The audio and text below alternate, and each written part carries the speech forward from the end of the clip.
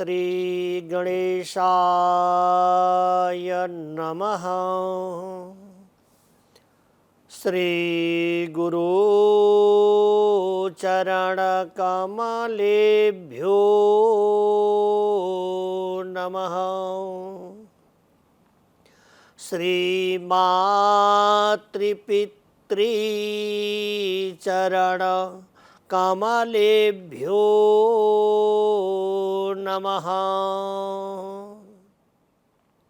यं ब्रह्मा वरुणेन्द्ररुद्रमरुता स्तुन्वन्ति देव्यैस्तवै वेदै साङ्गपदाक्रमोपनिषदैर्गायन्ति यं सामगा ध्यानावस्थिततद्गतेन मनसा पश्यन्ति नं योगिनो यस्यन्तं न विदुषुरासुरगणा देवाय तस्मै नमः। श्रीमच्चन्दनचर्तितो जलवपु शुक्लाम्बरमल्लिकं मालालङ्कृतकुण्डलप्रविलसत् मुक्तावलीशोभिता सर्वज्ञाननिधानपुस्तकधरा रुद्राक्षमालाकरा वाग्देवी वदनाम्बुजे वसतु मे त्रैलोक्यमाता चिरम्। मुखं करोति वाचालं पंगुं लंघयते गिरिं यत्कृपातमहं वन्दे परमानन्दमाधवम्। नारायण नमस्कृत्यं नरं चैव नरोत्तमं देवीं सरस्वतीं व्यासं ततो जयमुदीरयेतः।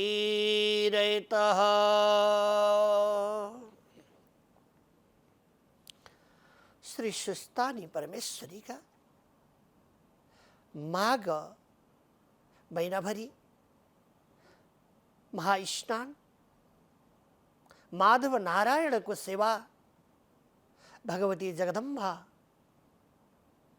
श्री सुस्तानी भवानी को आराधना भइरहेको छ। प्राणीहरूका लागि कल्प वृक्षको स्वरूप साक्षात यो महिना रहेको छ। माघ महिना स्नानले पावन हुने समय हो। साक्षात भगवान आशुतोष त्रिपुरारी प्रभु को महीना हो। शक्ति स्वरूपिणी भगवती जगदम्बा को यो पावन्यमय उपासना गरिने, शक्ति को उपासना गर्ने यो पावन्यमय समय छ। यसमा सुस्तानी परमेश्वरी को पूजा अर्चन बन्धन आराधना सारा अप्सरा गणहरूले किम पुरुषहरूले आद्यशक्ति भवानी को पूजा गर्नुभएको छ। र त्यही समयलाई अनुसरण गरेर सम्पूर्ण धर्म अनुरागी भक्तवृन्दहरू मनोत्साहका साथमा भगवान को सेवा, भगवती को मंगल्यमय कथा अमृत को आस्वादन गर्दै धन्य बनिरहनु भएको छ। नेपाल खण्डको मध्यवर्ती क्षेत्र साखु साली नदी का परम सान्निध्यमा माधव नारायण को महास्नान व्रत को मंगल्यमय छठाहरूको दर्शन र सर्वदा यो भूमि नै देवताहरूको माङ्गल्यमय भूमि हो भनेर सबै जनहरूले यो शिव स्वरूप क्षेत्रमा स्नान गरिरहनु भएको छ। भगवान माधव नारायणको सेवा भइरहेको छ र सबैलाई माधव नारायण भगवती श्री स्वस्थानी परमेश्वरी जगदम्बिकाको वरद कृपा होस् भन्ने कामना सहित आजको प्रसङ्गमती प्रारम्भ हुन्छ। मङ्गल्यमय ब्रह्माजीको सृष्टिको गतिहरू, कति ब्रह्माजीहरू फेरिन्छन् र कति ब्रह्माजीहरूको उत्पत्ति हुन्छ, यसको विषयमा समयको लवलेश समयदेखि लिएर विराट पुरुष परमात्माको सृष्टिको गतिहरूको यथामति वर्णन गरियो।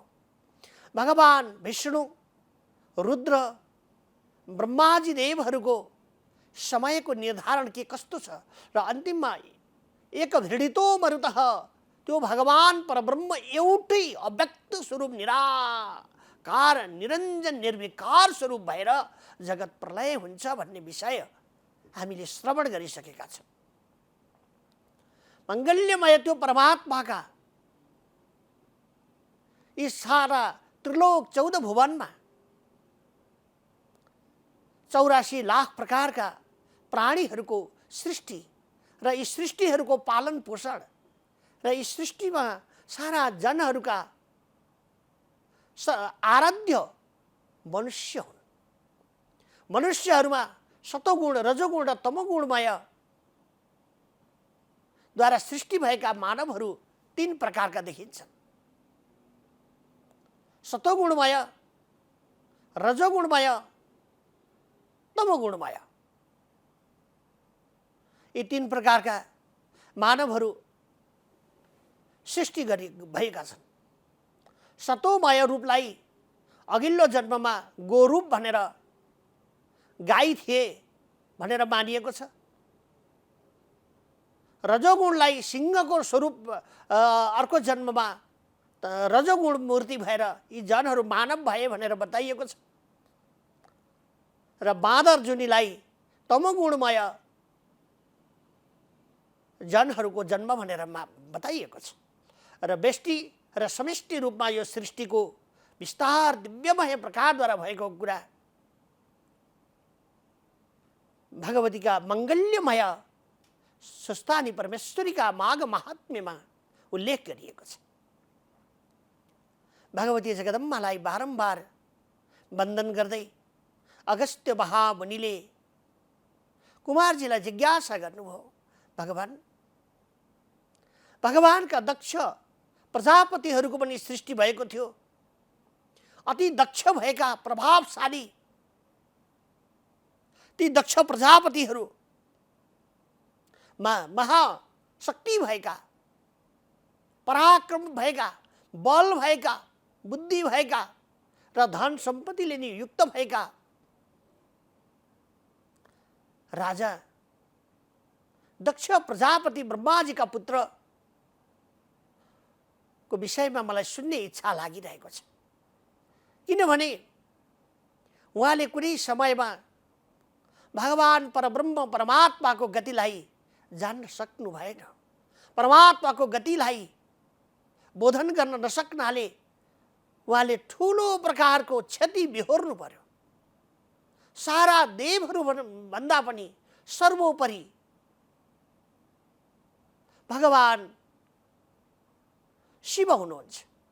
त्यसैले यस्ता भगवान सारा यज्ञहरूको, सारा पुण्यहरूको फलको अधिष्ठता भगवान महादेव हुनुहुन्छ। ती महादेवको उपासना गरे बेगर, ती महादेवको माङ्गल्यमय गुण गाए बेगर प्राणीहरूको यज्ञ सफल हुँदैन। यसैले पूजामा सर्वदा भगवान गणपति देवको पूजा हुन्छ। सिद्धि विनायकाय नमः, एकदन्ताय नमः, दण्डीराजाय नमः, भगवान विघ्नराज र कुठाराय नमः भनेर गणपतिको पूजा हुन्छ भने पूजाका विधिपूर्वक भागहरूमा भगवान शिवको भाग सर्वदा रहदछ। शिव बेगरको यज्ञ हुँदैन। त्यसैले सबै यज्ञहरूको अधिष्ठाता भगवान आशुतोष त्रिपुरारी प्रभु हुनुहुन्छ। मैले सुनेको भगवान ती दक्ष प्रजापतिले अहंकारका कारणले अकारण कारण स्वरूप अंश कल्पलता सुख सिन्धु सबैका आनन्दका बिन्दु स्वरूप परमात्मा कैवल्य निधि महादेवको अपहेलना गर्नुभयो भन्ने सुनेको छु। मलाई विस्तारपूर्वक यो दक्ष प्रजापतिको सृष्टिको गति र भगवान महादेव प्रभुबाट भएका पाणी ग्रहणको सम्बन्ध विषयहरू श्रवण गर्ने बडो इच्छा लागिरहेको छ। मलाई श्रवण गराइबक्सियोस् भनेर बिन्ती भाव गर्नुभयो। कुमारजीले भन्नुहुन्छ धन्यवाद छ, धन्यवाद छ। हे महामुनि, भगवानका अमृतहरू आख्यान गरेर सहस्र जिब्रा भएका शेष नागले पनि गाएर सक्दैनन्। सहस्र मुखले गाएर पनि त्यो भगवानको गुणगान गाएर सकिँदैन। भगवान परब्रह्म परमात्मा का गुणहरू अनगिन्ती छन्, रूप अनगिन्ती छन्, सृष्टिहरू कति छन् कति छन्। त्यसैले त्यो सारा सृष्टिहरूको गतिलाई आधोपान्त आनन्द प्रदान गराउनेवाला परमात्माका स्वरूप जान्न मन हुनु, प्रभुका लीलाहरूलाई जान्ने मनुत्साव हुनु बडो धन्यताको विषय हो। धन्य अहो अमी आल्यो गोविन्दाङ्ग्रब्जिरेण भ। परमात्मामा यी साक्षात मन लाग्नु भनेको प्रभुको साक्षात दर्शन हुनु हो, आशीर्वचन प्राप्त हुनु हो। त्यसैले बल्ल भगवानका मङ्गल्यमय गुणानुवाद श्रवण गर्ने अभिलाषा जागेर आउँछ। हजुर धन्यवाद हुनुहुन्छ। म विस्तारपूर्वक वर्णन गर्न गएँ भने धेरै समय लाग्छ। धेरै समयको मा पनि त्यो वर्णन गरेर सकिने विषय छैन। किनभने अखण्ड ब्रह्माण्ड नायक परमात्माका लीलाहरू धेरै छ। त्यो भगवान परमात्माका अमृतहरूमा आख्यान गरेर श्रवण गराउँछु। अष्ट प्रजापति मध्ये दक्ष प्रजापति पराक्रमी हुनुभयो।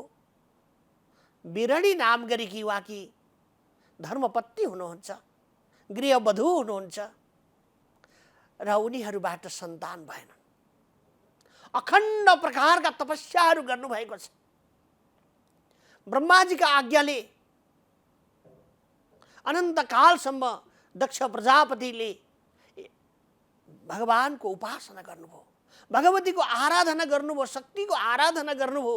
नमो दिव्यै महादिव्यै शिवायै सततं नमः अतिसौमेति रुद्रायै नमस्तस्यै नमो नमः नमः जगत प्रतिष्ठायै दिव्यै कृत्यै नमो नमः। यसरी भगवतीको माङ्गल्यमय गुण गाउनुभयो, मङ्गल्यमय उपासना गर्नुभयो, तपस्या गर्नुभयो। भगवती जगदम्बा दुर्गा भवानीले दिव्यमय रूपको दर्शन दिनुभएको छ। कस्तो राम्रो दर्शन! यहाँ कुमारजीले भन्नुभयो सहस्र दल कमलमा राज गर्नुभएकी, अष्टभुजा धारण गर्नुभएकी, मुकुट धारण गर्नुभएकी, तेजोमय स्वरूप धारण गर्नुभएकी, यो संसारको दिव्यमय सृष्टिको आधारशिला नै त्यो भगवती हुनुहुन्छ भनेर देखिन्छ। हेर्दाखेरि यस्तो दिव्य दर्शनीय भयो। ब्रह्माजी देवहरूद्वारा स्तुति गरिनुभएकी सुवर्णमय स्वरूप झल झल झल झल झल यस्तो चम्किरहेको छ, बलिरहेको छ। यस्तो भगवतीले दर्शन दिनुभयो दुर्गा भवानीले। असाध्यै खुसी भएर दक्ष प्रजापतिलाई भन्नुहुन्छ, हे प्रजापति, म तिमीबाट खुसी भएँ। अब सन्तान रूपमा तिम्रा घरमा पुत्री भएर मै जन्म लिनेछु, पुत्री भएर म आउनेछु। तपाईका सन्तानहरूमा पुत्र त हुने छैनन्, तर पुत्री भने मेरा अङ्ग उपाङ्गहरू गरेर जम्मा 33 कोटी कन्याहरू तपाईका हुनेछन्। मेरो आशीर्वचन छ। या देवी सर्वभूतेषु दयारूपिणी संस्थिता नमस्तस्यै नमस्तस्यै नमस्तस्यै नमो नमः। या देवी सर्वभूतेषु धातृरूपिणी संस्थिता नमस्तस्यै नमस्तस्यै नमस्तस्यै नमो नमः। यसरी देवताहरूले सर्वदा विघ्न पर्यो भने भगवतीको आराधना गरेर स्तुति गर्दछन्। योगी सन्त महामनिन्द्र जनहरूले उपासना गर्दछन्। यस्तै भगवतीको यी शब्द सुनेर बडो खुसी भइकन दक्ष प्रजापति गृहवधु बिरणी सहित भएर पूजा गर्नुभयो, अर्चन गर्नुभयो। भगवती अन्तर ध्यान हुनुभएको छ। समय प्राप्त भयो। बिरणी गर्भिणी हुनुभएको छ। समय कालले प्राप्त गर्दै जाँदा अतिशय सुन्दरी, अतिशय मनोरमा, सारा गुणहरूले युक्त भएकी, 32 लक्षणले युक्त भएकी र कुनै पनि गुणहरूको अभाव नभएकी, हेर्दै सूर्यको जस्तो तेज पुञ्ज भएकी अति राम्री मनोहारिणी पुत्रीको जन्म भयो। ती पुत्रीको जन्म हेर्दैखेरि पनि परम पावन्य, परम आनन्दमय, परम शोभनीय रह्यो। त्यसो हुनाले सबैले आनन्दमय प्रकारद्वारा अब पुत्र सुख, सन्तान सुख प्राप्त गरेर दक्ष प्रजापति बिरणी आनन्दले रहँदा भए। समय प्राप्त हुँदै गयो र 33 कोटी कन्याहरू पनि दक्ष प्रजापतिका प्राप्त भए। भगवतीको अनुकम्पा भयो। साक्षात सती भनेर नाम राखे। सती देवी साक्षात भगवती जगदम्बा गौरी महारानी ने आज दक्ष प्रजापतिका घरमा जेठी पुत्री भनेर पाल्नु भएको छ। असाध्यै खुसी भएर सबै देवहरूले वन्दन गरेका छन्। भगवती जगदम्बाको प्रकट भएको अवसरमा पुष्पवृष्टिहरू पनि भएको छ। ब्रह्मादि देवहरूले स्तुति गरेका छन्। या देवी सर्वभूतेषु दयारूपिणी संस्थिता नमस्तस्यै नमस्तस्यै नमस्तस्यै नमो नमः। अनेक प्रकारद्वारा वन्दन गरिएको छ। यसको वर्णन धेरै प्रकारद्वारा गरिएका छन्। शास्त्रपुञ्जहरूमा योगीराजहरूले भगवतीका आराधनाहरूको बारम्बार नवायमान प्रकारद्वारा वर्णित गरिबक्सेको छ। यस्तै भगवतीलाई हामी बारम्बार वन्दन गर्दछौँ। 33 कोटी कन्याहरूको जन्म भयो र सबैलाई लालन पालन पोषण दक्ष प्रजापति बिरणीले राम्रोसँग नै गर्नुभयो। भगवानका अनुकम्पाले कुनै चिजको अभावहरू भएन, अप्ठ्यारो असजिलो पनि भएन र खुसी भए भनेर बताइएको छ। असाध्यै खुसी हुनुभएका बिरणी र दक्ष प्रजापतिले अब समय प्राप्त हुँदै गयो। यी कन्याहरूको विवाह राम्रा वर आएदेखि विवाह गरेर एउटा व्यवस्था गराउन पाए संसारको प्रकृतिको व्यवस्था हुने थियो, सन्तान वृद्धि हुन्थ्यो, वंश वृद्धि हुने थियो भन्ने ठानेर मनमा सोच गरिरहनु भएको थियो। भगवती साक्षात जगदम्बाका अनुकम्पाले 33 कोटी देवताहरूले विचार गर्नुभयो, हामी सबै यहाँ राम्रोसँगले बसिरहेका छौँ, खाली छौँ, हाम्रो घरबार पनि छैन, हाम्रा सन्तानहरू पनि छैनन् र हाम्रा कोही पनि सन्तान बेगर यो सारा ऋषिकुल पनि शून्य हुँदै जाने गर्दछ। अगाडि धर्मको प्रचार प्रसार कसले गर्छ? धर्मको प्रचार प्रसार गर्ने पनि कोही हुँदैनन्। त्यसैले हाम्रा कुटीहरूमा, आश्रमहरूमा अहिले शून्य हाट जस्तो भइरहेको छ। सबैले नारद मुनिलाई बोलाउनु भयो। नारद, दक्ष प्रजापतिका घरमा 33 कोटी कन्याहरू छन्।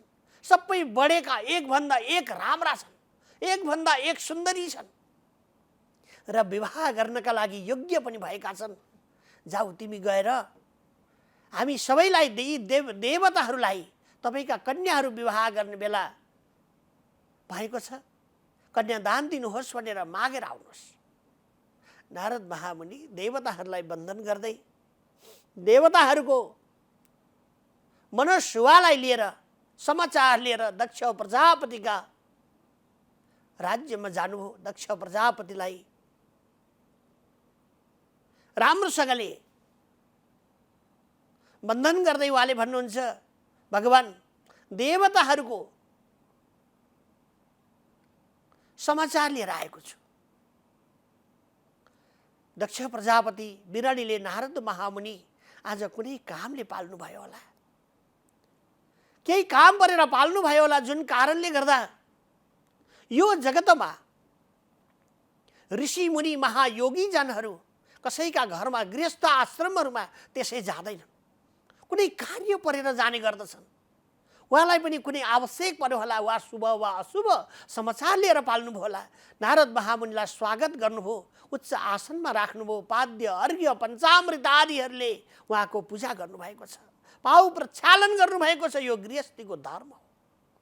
गृहस्सु गृहमेधिनाम, गृहस्थीको प्रमुख धर्म भनेको योगी सन्त महामुनिन्द्र भक्त वृन्द भगवान परमात्माको त्यहाँ सेवा हुन्छ भने त्यो गृहस्थ स्वर्गभन्दा पनि माथि हुन्छ। गृहस्थ नराम्रो होइन नि, गृहस्थ राम्रो हो, तर त्यो गृहस्थमा परमात्मा अटाउनु भएको छ कि छैन? योगी सन्त महामुनिन्द्र जनहरू अटाउनु भएको छ कि छैन? र सम्पूर्ण भक्तवृन्दहरूको आवागमन भइरहेको छ कि छैन? हरिको चर्चा भइरहेको छ कि छैन? यदि यस्तो भइरहेको छ भने यो गृहस्व गृहमेधिनाम, यो तपस्याको पराकाष्ठाको अवस्थाबाट प्राप्त हुने गृहस्था ती धर्म हो। यो पावन्य भन्दा पनि पावन छ। दक्ष प्रजापतिले पूजा गर्नुभयो, वन्दन गर्नुभयो, भोगहरू लगाउनुभयो। नारद मुनिले राम्रोसँगले सेवा पाएपछि के कति कामले पाल्नु भएको छ हे महामुनि भनेर सोध्नुभयो। भगवान, हजुरका घरमा यी 33 कोटी कन्याहरू छन्, असाध्यै राम्रा सुवासिला सुन्दरी पनि छन्। त्यसो हुनाले 33 कोटी देवताहरूले हजुरका कन्याहरू वरण गर्न चाहनु भएको छ। राम्रा वरहरू छन्, सबै इन्द्रादि गणहरू हुनुहुन्छ, प्रजापति गणहरू हुनुहुन्छ र सारा देव दिक्पालहरू जस्तो प्रकारद्वारा 33 कोटी देवताहरूका लागि वरण गरिदिनुहोस्। देवताहरूले यही बिन्ती गर्नका लागि मलाई पठाउनु भएको छ। उहाँले आहा कति राम्रो भयो, सारा सुन्दर भयो, जय हो मेरो भगवान दयालु। आज मेरा यी छोरीहरूलाई मैले राम्रो ठाउँमा, राम्रा जनहरूलाई, सारा देवताहरूलाई, ऋषि मुनि महायोगेश्वरहरूका समीपमा पानी ग्रहण गराउन पाउने भए धन्यवाद छ। शुभ समाचार सुनाउनु भयो, समय मिलाएर आउनु होला। जसलाई जो चाहिन्छ सो मैले चाहिँ विवाह गराइदिनेछु, सो मैले प्रदान गर्नेछु र राम्रोसँगले गृहस्थ होस्, मेरा छोरीहरूले सुख पाउन्, सन्तानको वृद्धि होस् र यो संसार जगमग दक्ष प्रजापतिको संसार भनेर सबैले जानुन् भनेर आज्ञा भएको छ। सारा देवलोकहरूमा गुणगान हुने गर्दछ। नारद महामुनिलाई फेरि पूजा अर्चन गर्नुभयो। नारद महामुनि विदा भएर देवताहरूलाई सुसमाचार सुनाउनु हो। समय मिलाएर सबै देवताहरू पाल्नु भएको छ।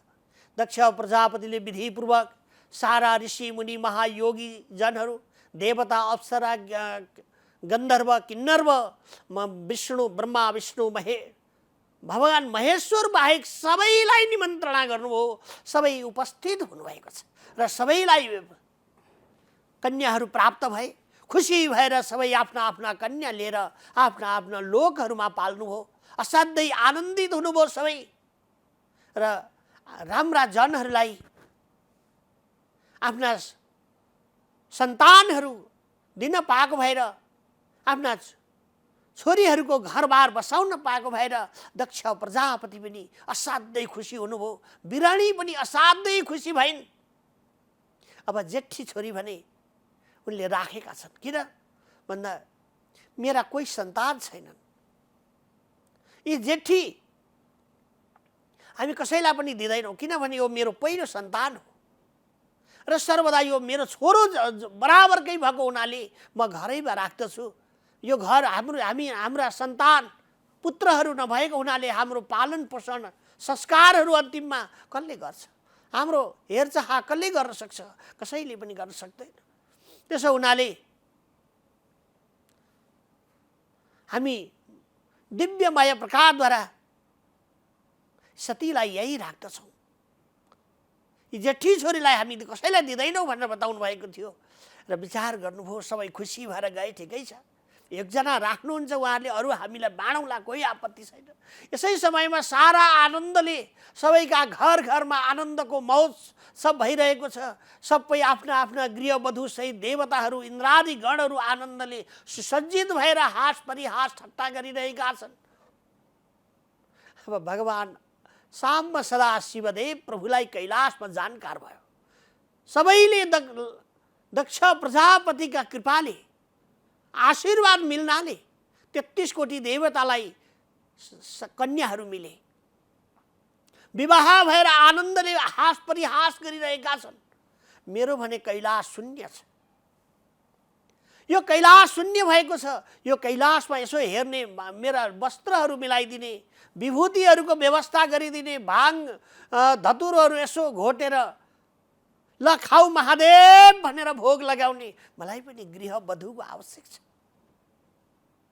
मलाई पनि कसरी देवताहरूले नभनिकन मेरो नामै नलिकन गएछन् हतार हतार। मेरो त अलिकति इज्जत पनि राखेनन्। यसो ध्यान दृष्टिले भगवान महादेवले हेरिबक्सेको दक्ष प्रजापतिले पनि मेरो मान राख्नु भएको रहेछ। देवताहरूले पनि मेरो मान राखेका रहेछन्। यो सबैभन्दा ठुलो भगवान महादेव हो। हामीले आराधना गरेका हाम्रा आराध्य देव साक्षात भगवान महादेव होइबक्सिन्छ भन्ने ठानेर उहाँहरूले जेठी छोरी बाँकी नै राखेका रहेछन्। देवताहरूले पनि जेठी छोरी चाहिँ विवाह गरेर लग्नु भएनछ। त्यसो हुनाले सबैको जय होस्। अब म पनि दक्ष प्रजापतिका घरमा सतीलाई माग्न जान्छु। सतीलाई माग्न जाँदछु भनेर उहाँ दक्ष प्रजापतिका घरतिर जान लाग्नुभयो। मुण्डमाला लगाउनु हो, असाध्यै शरीरभरि भस्म लेपन गर्नुभयो। आजको भगवती जगदम्बा स्वस्थानी परमेश्वरीको गौरी शंकर परमात्माको मांगल्यमय अमृत यहाँ पूर्ण हुन्छ। उपनयतु मां जगन्मंगलाय श्रीमान दिनकर किरण निबोधित नवदल निलेक्षण कृष्ण काले वर्षतु पर्जन्य पृथिवी शस्यशालिनी देशोऽयं क्षोभरीहितो ब्रह्मणा सन्तु निर्भया अपुत्रा पुत्रिणा सन्तु पौत्रिणा सन्तु पौत्रिणा निर्धना सदना सन्तु जीवन्तु शरदां शताम् तत्रैव गंगा यमुना च तत्र गोदावरी सिन्धु सरस्वती च सर्वाणि तीर्थानि वसन्ति तत्र यत्राचितो द्वारकथा प्रसंगः। श्री स्वस्तानि परमेश्वरै नमः।